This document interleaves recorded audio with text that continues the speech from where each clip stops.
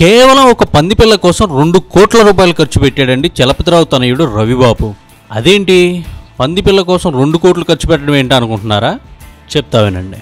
కొంతమంది దర్శకులకు తెరపై ప్రయోగాలు చేయడం అంటే మహా ఇష్టం. ప్రముఖ నటుడు చలపతిరావు తనయుడు రవిబాబు కూడా ఈ కోవలోకే వస్తాడు.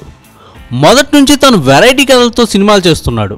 ఆ విధంగా ఆయన రూపొందించిన అవను, అనసూయ, లడ్డూబాబు చిత్రాలు సరికొత్త కథలతో ప్రేక్షకుల్ని ఆకట్టుకుంటున్నాయి.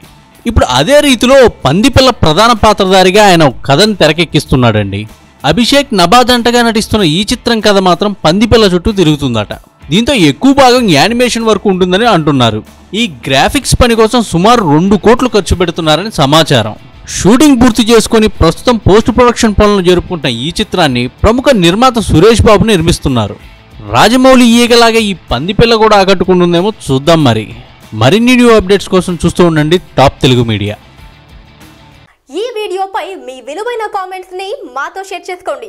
అండ్ ఇంకో విషయం, సబ్స్క్రైబ్ చేయడం మర్చిపోకండి.